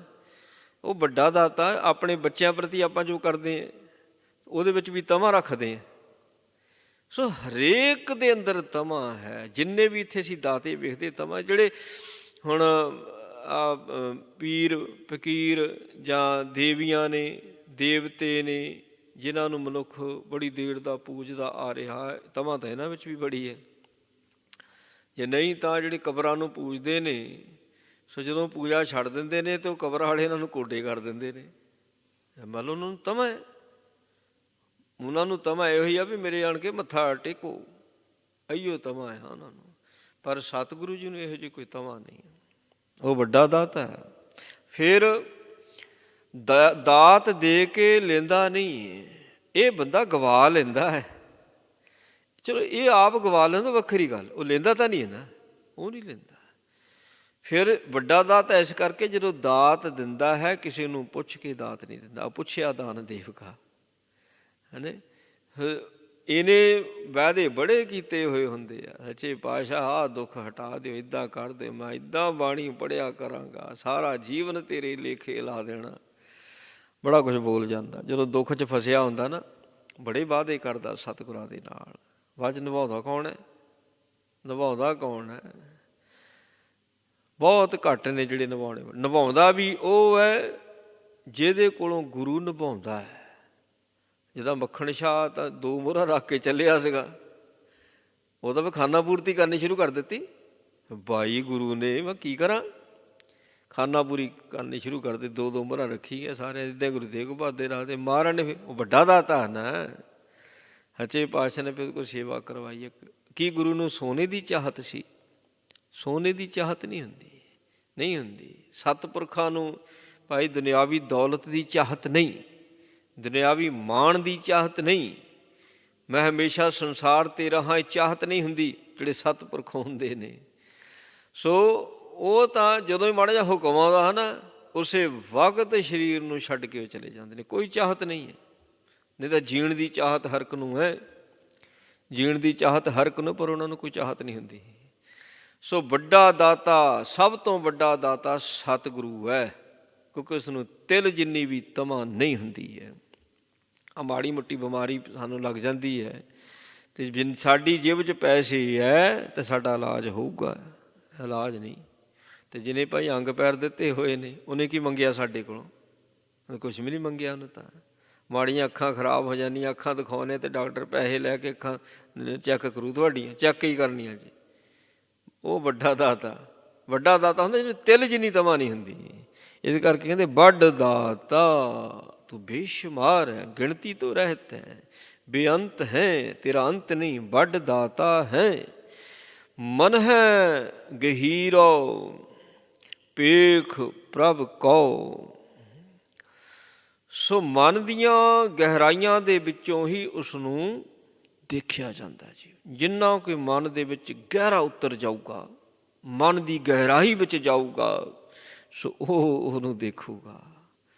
ਜਿਹਦੇ ਕੋਲ ਮਨ ਦੀ ਗਹਿਰਾਈ ਨੇ, ਜਿਹਨਾਂ ਨੂੰ ਕਵੀ ਜਨ ਹੁੰਦੇ ਨੇ, ਸੋ ਇਹਨਾਂ ਥੋੜ੍ਹਾ ਜਿਹਾ ਮਨ ਦੇ ਵਿੱਚ ਪ੍ਰਵੇਸ਼ ਹੁੰਦੇ ਨੇ, ਥੋੜ੍ਹਾ ਜਿਹਾ। ਅਗਰ ਉਹ ਮਨ ਵਿੱਚ ਪ੍ਰਵੇਸ਼ ਨਾ ਹੋਣ ਤਾਂ ਕਵਿਤਾ ਨਹੀਂ ਹੋ ਸਕਦੀ। ਮਨ ਵਿੱਚ ਪ੍ਰਵੇਸ਼ ਹੋਣਾ ਪੈਂਦਾ ਹੈ। ਸੋ ਜਿਹੜਾ ਬ੍ਰਹਮ ਗਿਆਨੀ ਹੈ, ਉਹ ਤਾਂ ਮਨ ਦੇ ਕਪਾਟ ਖੋਲ੍ਹ ਲੈਂਦਾ ਜੀ। ਉਹਦਾ ਮਨ ਮੰਦਰ ਬਣਿਆ ਹੁੰਦਾ ਹੈ। ਜਿਹੜਾ ਮਨ ਦੇ ਕਪਾਟ ਖੋਲ੍ਹ ਗਿਆ, ਜਿਸ ਨੇ ਮਨ ਨੂੰ ਮੰਦਰ ਬਣਾ ਲਿਆ, ਮਹਾਰਾਜ ਸੱਚੇ ਪਾਤਸ਼ਾਹ ਕਹਿੰਦੇ ਉਹ ਫਿਰ ਮਨ ਦੇ ਵਿੱਚੋਂ ਉਸ ਨੂੰ ਵੇਖਦਾ ਅਤੇ ਸਭ ਤੋਂ ਨੇੜੇ, ਉਦੋਂ ਰੱਬ ਸਭ ਤੋਂ ਨੇੜੇ ਪ੍ਰਤੀਤ ਹੁੰਦਾ। ਪਹਿਲਾਂ ਤਾਂ ਸੁਣੀਆਂ ਸੁਣਾਈਆਂ ਗੱਲਾਂ ਸੀ, ਕੋਈ ਕਹਿੰਦਾ ਸਮੁੰਦਰਾਂ 'ਤੇ, ਕੋਈ ਕਹਿੰਦਾ ਤੀਰਥਾਂ 'ਤੇ, ਕੋਈ ਕਿਤੇ ਦੱਸਦਾ ਸੀ, ਅਤੇ ਭ੍ਰਮਣ ਕਰਕੇ ਵੇਖ ਲਿਆ ਬੜਾ ਦੂਰ ਲੱਗਦਾ ਸੀਗਾ। ਜੇ ਕੋਈ ਕਹਿੰਦਾ ਵੀ ਆਸਮਾਨ ਵਿੱਚ, ਅਤੇ ਆਸਮਾਨ ਤਾਂ ਐਡੀ ਦੂਰ ਹੈ, ਇੱਥੇ ਤਾਂ ਪਹੁੰਚ ਹੀ ਕੋਈ ਨਹੀਂ ਹੈ, ਇੱਥੇ ਤਾਂ ਪਹੁੰਚ ਹੀ ਕੋਈ ਨਹੀਂ ਹੈ। ਉਹਦਾ ਧਰਤੀ 'ਤੇ ਜਿਹੜਾ ਜਿੱਥੇ ਜਿੱਥੇ ਦੱਸਿਆ ਮੈਂ ਤਾਂ ਉੱਥੇ ਨਹੀਂ ਪਹੁੰਚ ਸਕਦਾ, ਆਸਮਾਨ 'ਤੇ ਕਿਹੜਾ ਪਹੁੰਚੇ, ਨਹੀਂ ਪਹੁੰਚਿਆ ਜਾ ਸਕਦਾ। ਜਦੋਂ ਫਿਰ ਮਨ ਦੇ ਅੰਦਰ ਵੜਿਆ, ਮਨ ਨੂੰ ਮੰਦਰ ਬਣਾਇਆ। ਮਨ ਨੂੰ ਮੰਦਰ ਬਣਾਇਆ ਜਾਂਦਾ ਜਦੋਂ ਇਹ ਸ਼ਬਦ ਦੀ ਪਕੜ ਹੁੰਦੀ ਹੈ। ਜਦੋਂ ਸ਼ਬਦ ਦੇ ਵਿੱਚ ਸੁਰ 'ਚ ਖੁੱਭਦੀ ਫੇਰ ਮਨ ਮੰਦਰ ਬਣਦਾ ਹੈ। ਫਿਰ ਉੱਥੋਂ ਦੇਖਿਆ ਸਭ ਤੋਂ ਨੇੜੇ ਵੇਖਣਾ ਮਨ ਦੇ ਵਿੱਚ ਹੁੰਦਾ, ਸਭ ਤੋਂ ਨੇੜੇ ਵੇਖਣਾ। ਇਹ ਸਭ ਤੋਂ ਨੇੜੇ ਵੇਖਿਆ ਜਦੋਂ ਮਨ ਵਿੱਚ ਦੇਖਿਆ। ਕਹਿੰਦੇ ਜੋ ਚਾਹੋ ਸੋਈ ਸੋਈ ਪਾਵੋ, ਆਸਾ ਮਨਸਾ ਪੂਰੋ ਜਪ ਪ੍ਰਭ ਕੋ। ਇੱਥੇ ਕੋਈ ਪਾਬੰਦੀ ਨਹੀਂ ਲਾਈ। ਮਹਾਰਾਜ ਸੱਚੇ ਪਾਤਸ਼ਾਹ ਕਹਿੰਦੇ ਨੇ ਜੋ ਚਾਹੋ ਸੋਈ ਸੋਈ ਪਾਵੋ।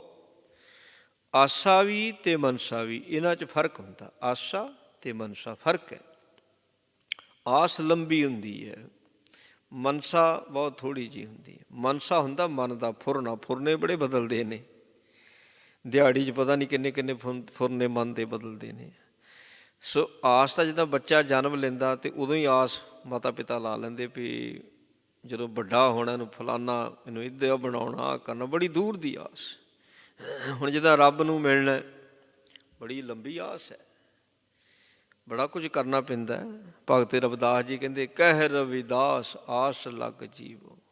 ਕਹਿੰਦੇ ਮੇਰਾ ਕੋਈ ਫੁਰਨਾ ਨਹੀਂ ਆ, ਆਸ ਹੈ ਮਿਲਣਾ, ਔਰ ਤੂੰ ਮਿਲਿਆ, ਤੂੰ ਕਦੀ ਨਿਰਾਸ਼ ਨਹੀਂ ਕਰਦਾ। ਬੰਦਾ ਨਿਰਾਸ਼ ਨਾ ਹੋਵੇ, ਉਹ ਕਦੀ ਨਿਰਾਸ਼ ਨਹੀਂ ਕਰਦਾ। ਅਸੀਂ ਬੜੀ ਛੇਤੀ ਨਿਰਾਸ਼ ਹੋ ਜਾਂਦੇ ਹਾਂ। ਹੁਣ ਜੇ ਆਸ ਲਾਈ ਹੋਈ ਹੈ ਤਾਂ ਉਹਦੇ ਲਈ ਲੰਬਾ ਧੀਰਜ ਵੀ ਕਰਨਾ ਚਾਹੀਦਾ ਹੈ, ਚਾਹੇ ਦੁਨਿਆਵੀ ਆਸ ਹੈ। ਜਿਹੜੇ ਫੁਰਨੇ ਨੇ ਸੋ ਇਹ ਤਾਂ ਖਿਨ ਭੰਗਰੇ ਦਾ ਪਾਣੀ ਤਾਂ ਬੁੱਧ ਦਾ ਪੈਦਾ ਹੁੰਦਾ, ਅਤੇ ਉਹ ਫੁਰਨਾ ਪੈਦਾ ਹੋਇਆ ਨਾਲ ਹੀ, ਸੋ ਉਹ ਭੰਗ ਹੋ ਗਿਆ। ਫੁਰਨਿਆਂ 'ਚੋਂ ਹੀ ਆਸ ਬਣਦੀ ਹੈ, ਫੁਰਨਿਆਂ ਦੇ ਵਿੱਚੋਂ ਹੀ ਆਸ ਦਾ ਜਨਮ ਹੁੰਦਾ ਹੈ। ਸੋ ਉੱਥੇ ਥੋੜ੍ਹੀ ਪਕੜ ਕਰਨੀ ਪੈਂਦੀ ਹੈ। ਜਿਹੜੇ ਫੁਰਨੇ ਮਾੜੇ ਨੇ ਉਹਨਾਂ ਨੂੰ ਕਦੀ ਆਸ ਨਾ ਬਣਾਓ, ਤੰਗ ਹੋਵਾਂਗੇ। ਜਿਹੜੇ ਫੁਰਨੇ ਚੰਗੇ ਹੁੰਦੇ ਨੇ ਉਹਨਾਂ ਨੂੰ ਆਸ ਬਣਾ ਲਓ, ਜ਼ਿੰਦਗੀ ਬੜੀ ਸੌਖੀ ਨਿਕਲਦੀ ਹੈ, ਬੜਾ ਆਨੰਦਮਈ ਜੀਵਨ ਹੋ ਜਾਂਦਾ ਹੈ। ਬਸ ਇੱਥੇ ਅਸੀਂ ਗਲਤ ਹੋ ਜਾਂਦੇ ਹਾਂ, ਸਟਾਰਟਿੰਗ ਹੀ ਸਾਡੀ ਗਲਤ ਹੋ ਜਾਂਦੀ ਹੈ। ਗਲਤ ਫੁਰਨਿਆਂ ਨੂੰ ਆਸ ਬਣਾ ਕੇ ਬਹਿ ਗਏ। ਜਿਹੜੇ ਚੰਗੇ ਫੁਰਨੇ ਨੇ ਕਹਿੰਦੇ ਇਹ ਕਿੱਥੇ ਹੋ ਸਕਦਾ, ਉੱਥੇ ਹੀ ਰਹਿ ਗਏ ਜੀ।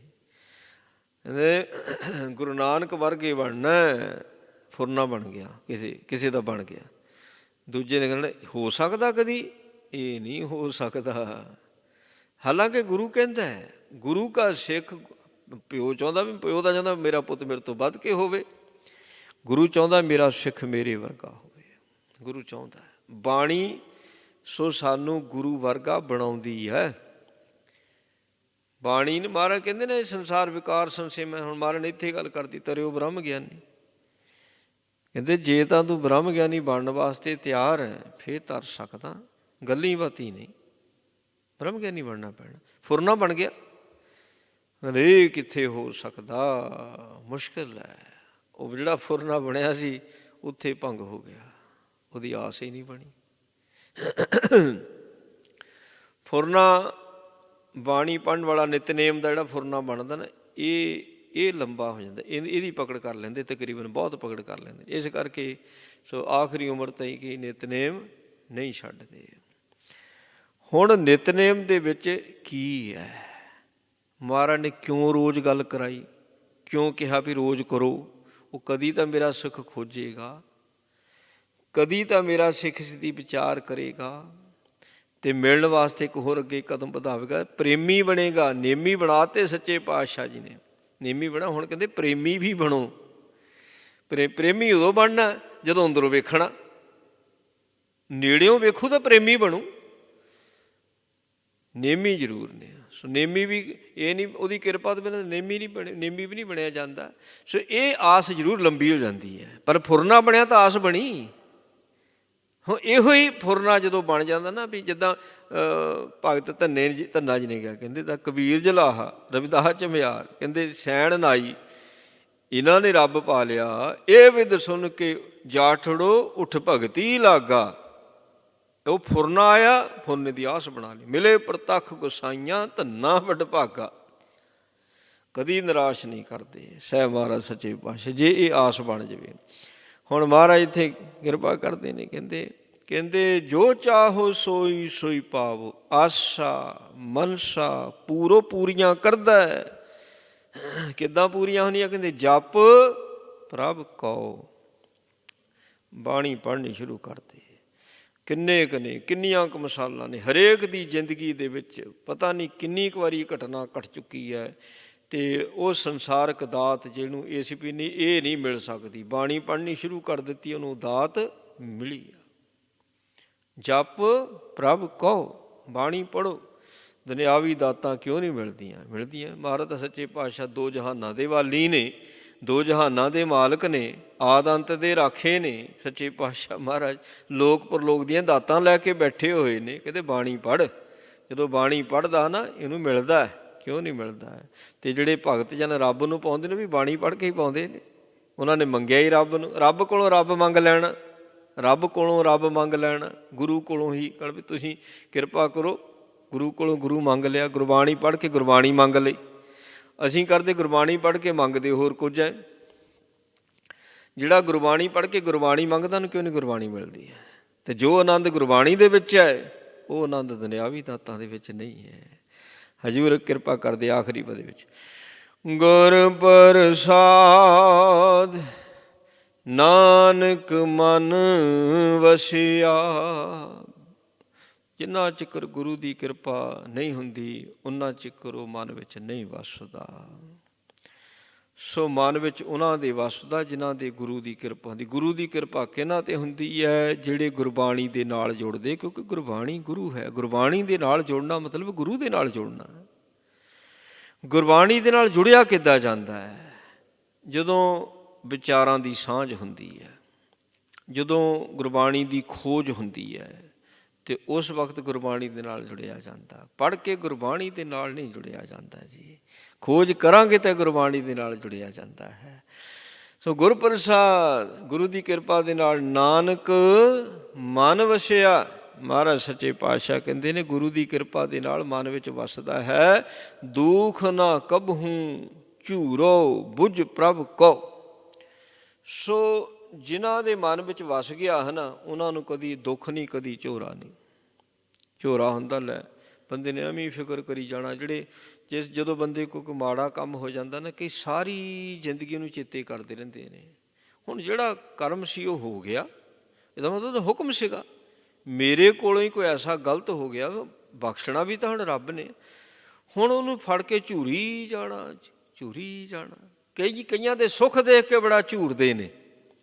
ਆਪਣੇ ਦੁੱਖ ਦੇਖ ਕੇ ਝੂਰਨਾ, ਦੂਸਰਿਆਂ ਦੇ ਸੁੱਖ ਦੇਖ ਕੇ ਝੂਰਨਾ ਬਹੁਤ ਮਾੜੀ ਗੱਲ ਹੈ। ਸੋ ਉਹਦੇ ਨਾਲ ਕੀ ਮਿਲਣਾ? ਕੱਖ ਨਹੀਂ ਮਿਲਣਾ, ਕੱਖ ਨਹੀਂ ਮਿਲਣਾ। ਇਹਨਾਂ ਚੰਗਾ ਭਾਈ ਕਿਸੇ ਨੂੰ ਦੁਖੀ ਦੇਖੋ, ਉਹਦੇ ਲਈ ਦੁਆ ਕਰੋ, ਉਹਦੇ ਲਈ ਅਰਦਾਸ ਕਰੋ। ਉਹਨੂੰ ਮਿਲੇ ਜਾਂ ਨਾ ਮਿਲੇ ਸੁੱਖ, ਪਰ ਤੈਨੂੰ ਪਹਿਲੋਂ ਮਿਲ ਜਾਊ, ਕਿਉਂਕਿ ਤੂੰ ਕਰਮ ਬਹੁਤ ਸ਼ੁਭ ਕਰ ਲਿਆ। ਕਿਸੇ ਨੂੰ ਦੁਖੀ ਦੇਖ ਕੇ ਉਹਦੀ ਸਹਾਇਤਾ, ਜੇ ਮੈਂ ਉਹਦੀ ਸਹਾਇਤਾ ਨਹੀਂ ਕਰ ਸਕਦਾ, ਕਿਉਂਕਿ ਮੇਰੇ ਕੋਲ ਆਪਣੇ ਕੋਲ ਭਾਈ ਰੋਟੀ ਖਾਣ ਜੋਗੇ ਪੈਸੇ ਨਹੀਂ, ਅਤੇ ਮੈਂ ਕਿੱਦਾਂ ਕਿਸੇ ਦੀ ਸਹਾਇਤਾ ਕਰ ਦੂੰ? ਦੁਆ ਤਾਂ ਕਰ ਸਕਦਾ ਨਾ, ਉਹਦੇ ਲਈ ਭਲਾ ਤਾਂ ਮੰਗ ਸਕਦਾ ਨਾ। ਬਾ ਉਹਦੇ ਭਲਾ ਮੰਗਿਆ ਨਹੀਂ, ਤੇਰਾ ਭਲਾ ਇਹ ਪਹਿਲੋਂ ਹੋ ਜਾਣਾ ਹੈ। ਹੁਣ ਮਹਾਰਾਜ ਸੱਚੇ ਪਾਤਸ਼ਾਹ ਕਹਿੰਦੇ, ਬੁੱਝ ਪ੍ਰਭ ਕਉ। ਰੱਬ ਨੂੰ ਜਾਣੋ, ਸਮਝੋ, ਉਹਦਾ ਹੁਕਮ ਬੁੱਝੋ। ਜਿਹੜੇ ਉਸ ਦੇ ਹੁਕਮ ਨੂੰ ਬੁੱਝ ਜਾਂਦੇ ਨੇ, ਉਹਨਾਂ ਨੂੰ ਕਦੀ ਝੋਰਾ ਨਹੀਂ ਖਾਂਦਾ। ਝੋਰਾ ਤਾਂ ਇੱਕ ਜਿੱਦਾਂ ਲੱਕੜ ਨੂੰ ਘੁਣ ਲੱਗ ਜਾਂਦਾ, ਲੱਕੜ ਨੂੰ ਸੇਕ ਲੱਗ ਗਈ, ਘੁਣ ਲੱਗ ਗਿਆ, ਬਾਹਰੋਂ ਚੰਗੜੀ ਭੜੀ ਲੱਕੜ ਹੁੰਦੀ ਹੈ, ਅੰਦਰੋਂ ਖੋਖਲੀ ਜਿਹੀ ਹੋ ਜਾਂਦੀ ਹੈ। ਜਿਨ੍ਹਾਂ ਨੂੰ ਝੋਰੇ ਦੀ ਬਿਮਾਰੀ ਲੱਗ ਜਾਂਦੀ ਹੈ ਨਾ, ਦੇਖਣ ਨੂੰ ਚੰਗੇ ਭਲੇ ਹੋਣਗੇ, ਪਰ ਅੰਦਰੋਂ ਬਿਲਕੁਲ ਖਾਲੀ ਹੁੰਦੇ ਨੇ। ਇਸ ਕਰਕੇ ਜਿੰਨੀ ਛੇਤੀ ਹੋ ਸਕਦਾ ਇਹ ਝੋਰੇ ਦਾ ਇਲਾਜ ਕਰਨਾ ਚਾਹੀਦਾ। ਝੋਰਾ ਉਦੋਂ ਖਤਮ ਹੁੰਦਾ ਜਦੋਂ ਰੱਬ ਦੇ ਹੁਕਮ ਨੂੰ ਅਸੀਂ ਬੁੱਝ ਜਾਈਏ। ਆ ਪ੍ਰਿਥੀ ਚੰਦ ਇਹ ਹੁਕਮ ਹੀ ਨਹੀਂ ਬੁੱਝ ਸਕਿਆ, ਬਸ ਇਹੀ ਝੋਰਾ ਖਾਂਦਾ ਰਿਹਾ ਵੀ ਮੈਨੂੰ ਗੁਰਤਾ ਗੱਦੀ ਨਹੀਂ ਮਿਲੀ, ਮੈਨੂੰ ਗੁਰਤਾ ਗੱਦੀ ਨਹੀਂ ਮਿਲੀ। ਫਿਰ ਇਹਨੂੰ ਇਹ ਸੀਗਾ ਵੀ ਹਾਂ ਵੀ ਗੁਰੂ ਅਰਜਨ ਦੇਵ ਜੀ ਦੇ ਔਲਾਦ ਕੋਈ ਨਹੀਂ, ਗੁਰਤਾ ਗੱਦੀ ਮੇਰੇ ਪੁੱਤਰ ਨੂੰ ਮਿਲ ਜਾਣੀ ਹੈ।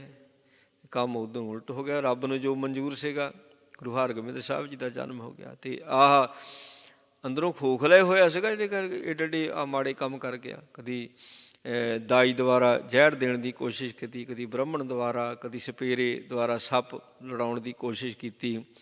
ਉਹ ਸਾਰੀ ਜ਼ਿੰਦਗੀ ਬਸ ਉਹ ਝੁਰਦਾ ਹੀ ਰਹਿ ਗਿਆ, ਰੱਬ ਦਾ ਹੁਕਮ ਨਹੀਂ ਬੁੱਝ ਸਕਿਆ, ਰੱਬ ਦਾ ਹੁਕਮ ਨਹੀਂ ਜਾਣ ਸਕਿਆ। ਗੁਰੂ ਅਰਜਨ ਦੇਵ ਜੀ ਨੂੰ ਆਪਣਾ ਭਰਾ ਹੀ ਮੰਨਦਾ ਰਿਹਾ, ਛੋਟਾ ਮੇਰੇ ਤੋਂ, ਰੱਬ ਨਹੀਂ ਸਮਝ ਸਕਿਆ। ਉਹ ਭੱਟਾਂ ਨੇ ਪਹਿਲੀ ਵਾਰੀ ਗੁਰੂ ਅਰਜਨ ਦੇਵ ਜੀ ਨੇ ਦਰਸ਼ਨ ਕੀਤੇ, ਕਹਿੰਦੇ ਭਨ ਮਥੁਰਾ ਕੁਛ ਭੇਦ ਨਹੀਂ ਗੁਰੂ ਅਰਜਨ ਪ੍ਰਤੱਖ ਹਰ।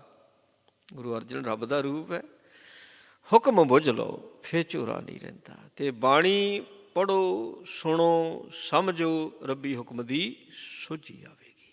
ਗੁਰੂ ਨੇ ਕਿਰਪਾ ਕੀਤੀ, ਪਾਵਨ ਪਵਿੱਤਰ ਉਪਦੇਸ਼ ਬਖਸ਼ਿਆ ਹੈ। ਸਤਿਗੁਰੂ ਜੀ ਮਿਹਰ ਕਿਰਪਾ ਕਰਨ, ਉਪਦੇਸ਼ ਸਾਡੇ ਹਿਰਦਿਆਂ ਵਿੱਚ ਵਸੇ, ਭੁੱਲਾਂ ਦੀ ਖਿਮਾ ਜੀ। ਧੰਨ ਗੁਰੂ ਹਰਗੋਬਿੰਦ ਸਾਹਿਬ ਮਹਾਰਾਜ ਸੱਚੇ ਪਾਤਸ਼ਾਹ, ਜਿਨ੍ਹਾਂ ਦਾ ਪ੍ਰਕਾਸ਼ ਦਿਹਾੜਾ ਕੱਲ੍ਹ ਨੂੰ ਆ ਰਿਹਾ ਹੈ। ਅਖੰਡ ਪਾਠ ਸਾਹਿਬ ਦੇ ਪ੍ਰਵਾਹ ਚੱਲ ਰਹੇ ਨੇ। ਸੋ ਮਾਤਾ ਖੀਵੀ ਸੇਵਕ ਜਥਾ ਗੁਰਦੁਆਰਾ ਸਿੰਘ ਸਭਾ ਰੈਂਟਨ ਬੀਬੀਆਂ ਵੱਲੋਂ ਸੋ ਅਖੰਡ ਪਾਠ ਦੀ ਸੇਵਾ ਚੱਲ ਰਹੀ ਹੈ। ਸੋ ਸਾਰੀਆਂ ਸੰਗਤਾਂ ਨੂੰ ਬੇਨਤੀ ਹੈ ਭਾਈ, ਸੋ ਆਓ ਗੁਰੂ ਘਰ ਦੇ ਵਿੱਚ ਸੇਵਾ ਕਰਕੇ ਗੁਰੂ ਦੀਆਂ ਖੁਸ਼ੀਆਂ ਪ੍ਰਾਪਤ ਕਰੋ ਜੀ, ਲਾਹਾ ਪ੍ਰਾਪਤ ਕਰੋ ਜੀ। ਧੰਨ ਗੁਰੂ ਹਰਗੋਬਿੰਦ ਸਾਹਿਬ ਮਹਾਰਾਜ ਸੱਚੇ ਪਾਤਸ਼ਾਹ ਦੀਆਂ ਖੁਸ਼ੀਆਂ ਲਈਏ।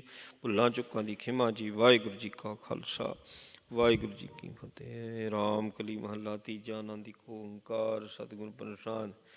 ਆਨੰਦ ਭਿਆ ਮੇਰੀ ਮਾਏ ਸਤਿਗੁਰੂ ਮੈਂ ਪਾਇਆ, ਸਤਿਗੁਰ ਤਾਂ ਪਾਇਆ ਸਹਿਜ ਛੇਤੀ ਮਨ ਜੀਆਂ ਵਧਾਈਆਂ। ਰਾਗ ਰਤਨ ਪਰਵਾਰ ਭਰੀਆਂ, ਸ਼ਬਦ ਗਾਵਣ ਆਈਆਂ। ਸ਼ਬਦੋ ਤਾਂ ਗਾਵੂ ਹਰੀ ਖੇਰਾ, ਮਨ ਜਿਨੀ ਵਸਾਇਆ। ਕਹਿ ਨਾਨਕ ਆਨੰਦ ਹੋਆ ਸਤਿਗੁਰੂ ਮੈਂ ਪਾਇਆ। ਏ ਮਨ ਮੇਰਿਆ ਤੂੰ ਸਦਾ ਰਹੋ ਹਰ ਨਾਲੇ, ਹਰ ਨਾਲ ਰਹਾਂ ਤੂੰ ਮਨ ਮੇਰੇ, ਦੁਖ ਸਭ ਵਿਸਾਰਣਾ। ਅੰਗੀਕਾਰੋ ਕਰੇ ਤੇਰਾ ਕਾਰ, ਸਭ ਸਵਾਰਣਾ। ਸਭਨਾ ਗੱਲਾਂ ਸਮਰਸ ਸੁਆਮੀ, ਸੋ ਕਿਉ ਮਨੋ ਵਿਸਾਰੇ। ਕਹਿ ਨਾਨਕ ਮਨ ਮੇਰੇ ਸਦਾ ਰਹੋ ਹਰ ਨਾਲੇ, ਸਾਚੇ ਸਾਹਿਬਾ ਕਿਆ ਨਾਹੀ ਘਰ ਤੇਰੇ। ਘਰ ਤਾਂ ਤੇਰਾ ਸਭ ਕੁਛ ਹੈ, ਜਿਸ ਦੇ ਸੋ ਭਾਵੇਂ। ਸਦਾ ਸਿਫਤ ਸਲਾਹ ਤੇਰੀ, ਨਾਮ ਮਨ ਵਸਾਵੇ। ਨਾਮ ਜਿਨ ਕੈ ਮਨ ਵਸਿਆ, ਵਾਜੇ ਸ਼ਬਦ ਕਨੇਰੇ। ਕਹਿ ਨਾਨਕ ਸੱਚੇ ਸਾਹਿਬ ਕਿਆ ਨਾਹੀ ਘਰ ਤੇਰੇ। ਸਾਚਾ ਨਾਮ ਮੇਰਾ ਆਧਾਰੋ, ਸਾਚ ਨਾਮ ਆਧਾਰ ਮੇਰਾ। ਜਿਨ ਭੁੱਖਾਂ ਸਭ ਗਵਾਈਆਂ, ਕਰ ਸ਼ਾਂਤ ਸੁਖ ਮਨ ਆਏ ਵਸਿਆ। ਜਿਨ ਇੱਛਾ ਸਭ ਬੁਝਾਈਆਂ, ਸਦਾ ਕੁਰਬਾਨ ਕੀਤਾ ਗੁਰ ਬਿਟੋ, ਜਿਸ ਦੀਆਂ ਵਡਿਆਈਆਂ। ਕਹਿ ਨਾਨਕ ਸੁਣੋ ਸੰਤੋ, ਸ਼ਬਦ ਧਰੋ ਪਿਆਰੋ। ਸਾਚਾ ਨਾਮ ਮੇਰਾ ਆਧਾਰੋ, ਵਾਜੇ ਪੰਜ ਸ਼ਬਦ ਤਿਤ ਕਰ ਸੁਭਾਗੇ। ਕਰ ਸੁਭਾਗੇ ਸ਼ਬਦ ਵਾਜੇ, ਕਾਲਾ ਜਿਤ ਕਰਤਾਰੀਆਂ। ਪੰਚ ਦੂਤ ਤਦ ਵਸ ਕੀਤੇ, ਕਾਲ ਕੰਟਕ ਮਾਰਿਆ।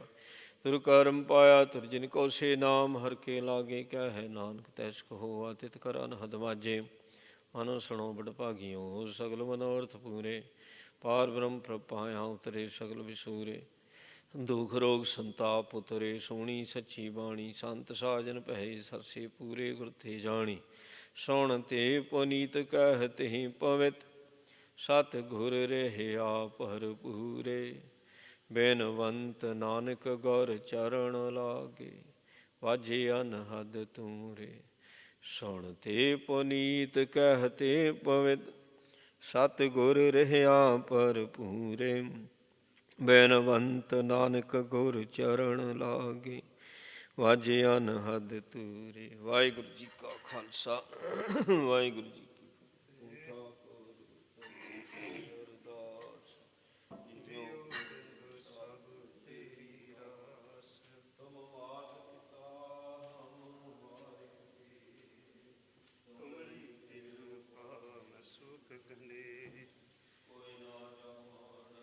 ਤੁਮਰਾ ਅੰਤ ਉਚੇਤੇ, ਊਚਾ ਭਗਵੰਤ ਸਗਲ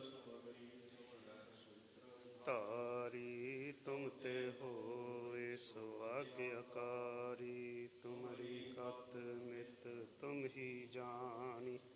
ਨਾਨਕ ਦਾਸ ਸਦਾ ਕੁਰਬਾਨੀ। ਵਾਹਿਗੁਰੂ ਵਾਹਿਗੁਰੂ।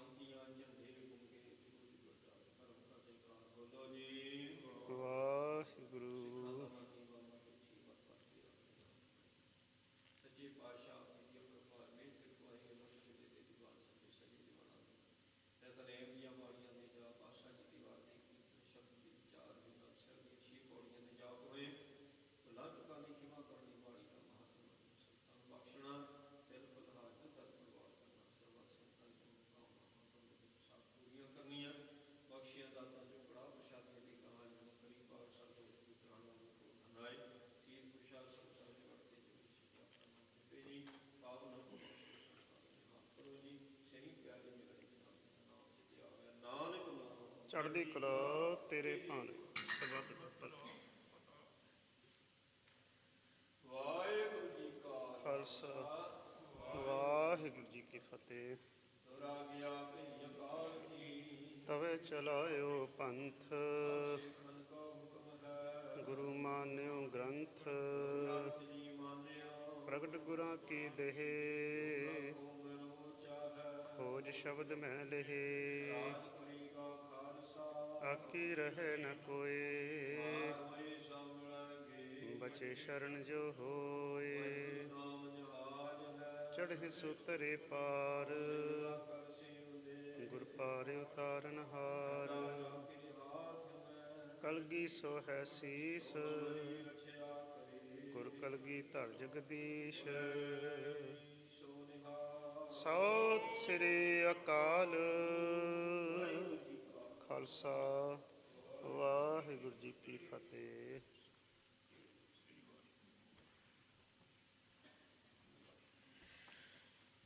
ਸਤਿਨਾਮ ਸ਼੍ਰੀ ਵਾਹਿਗੁਰੂ ਜੀਓ। ਸਾਗਰ ਤਰਿਆ ਸਾਧੂ ਸੰਗੇ ਨਿਰਭਉ ਨਾਮ ਜਪੋ ਹਰ ਰੰਗੇ। ਪਰ ਧਨ ਦੋਖ ਕਿਛ ਪਾਪ ਨ ਫੇੜੇ ਜਮ ਜੰਦਾਰ ਨ ਆਵੇ ਨੇੜੇ। ਤ੍ਰਿਸ਼ਨਾ ਅਗਨ ਪ੍ਰਭ ਆਪ ਬੁਝਾਈ ਨਾਨਕ ਉਦਰੇ ਪ੍ਰਭ ਸ਼ਰਣਾਈ। ਸੋ ਕਹੁ ਟਲ ਗੁਰ ਸੇਵੀਐ ਅਹਨਿ ਸਹਿਜ ਸੁਭਾਏ। ਦਰਸ਼ਨ ਪਰਸੀਐ ਗੁਰੂ ਕਾ ਜਨਮ ਮਰਨ ਦੁਖ ਜਾਏ। ਹੋਵੈ ਸਿਫਤ ਖਸਮ ਦੀ ਨੂਰ ਅਰਸੋਂ ਕੁਰਸੋਂ ਚਟੀਐ। ਤੁਧ ਡਿਠੇ ਸੱਚੇ ਪਾਤਸ਼ਾਹ ਮਲ ਜਨਮ ਜਨਮ ਦੀ ਕੱਟੀਐ। ਜੈਤ ਸ੍ਰੀ ਮਹੱਲਾ ਪੰਜਵਾਂ। ਕੋਈ ਜਨ ਹਰਸ਼ੋਂ ਦੇਵੈ ਜੋਰ ਚਰਨ ਗਾਹੋਂ ਬਕੋ ਸੁਭ ਰਸਨਾ ਦੀਜਹਿ ਪ੍ਰਾਨ ਅਕੋਰ। ਕੋਈ ਜਨ ਹਰਸ਼ੋਂ ਦੇਵੈ ਜੋਰ ਚਰਨ ਗਾਹੋਂ ਬਕੋ ਸੁਭ ਰਸਨਾ ਦੀਜਹਿ ਪ੍ਰਾਨ ਅਕੋਰ। ਰਹਾਉ ਮਨ ਤਨ ਨਿਰਮਲ ਕਰਤ ਕਿਆਰੋ ਹਰ ਸਿੰਚੈ ਸੁਧਾ ਸੰਜੋਰ। ਯਾ ਰਸ ਮੈਂ ਮਗਨ ਹੋਤ ਕਿਰਪਾ ਤੇ ਮਹਾ ਬਿਖਿਆਤੇ ਤੋਰ। ਆਇਓ ਸ਼ਰਨ ਦੀਨ ਦੁਖ ਭੰਜਨ ਚਿਤ ਬਹੁ ਤੁਮਰੀ ਓਰ। ਅਪਹਿ ਪਦ ਦਾਨ ਸਿਮਰਨ ਸੁਆਮੀ ਕੋ ਪ੍ਰਭ ਨਾਨਕ ਬੰਦਨ ਛੋਰ। ਆਇਓ ਸ਼ਰਨ ਦੀਨ ਦੁਖ ਭੰਜਨ ਚਿਤ ਬਹੁ ਤੁਮਰੀ ਓਰ। ਅਪਹਿ ਪਦ ਦਾਨ ਸਿਮਰਨ ਸੁਆਮੀ ਕੋ ਪ੍ਰਭ ਨਾਨਕ ਬੰਦਨ ਛੋਰ। ਵਾਹਿਗੁਰੂ ਜੀ ਕਾ ਖਾਲਸਾ ਵਾਹਿਗੁਰੂ ਜੀ ਕੀ ਫਤਿਹ। ਜਪੋ ਸਤਿਨਾਮ ਸਤਿਨਾਮ ਸਤਿਨਾਮ ਜੀ। ਵਾਹਿਗੁਰੂ ਵਾਹਿਗੁਰੂ ਵਾਹਿਗੁਰੂ।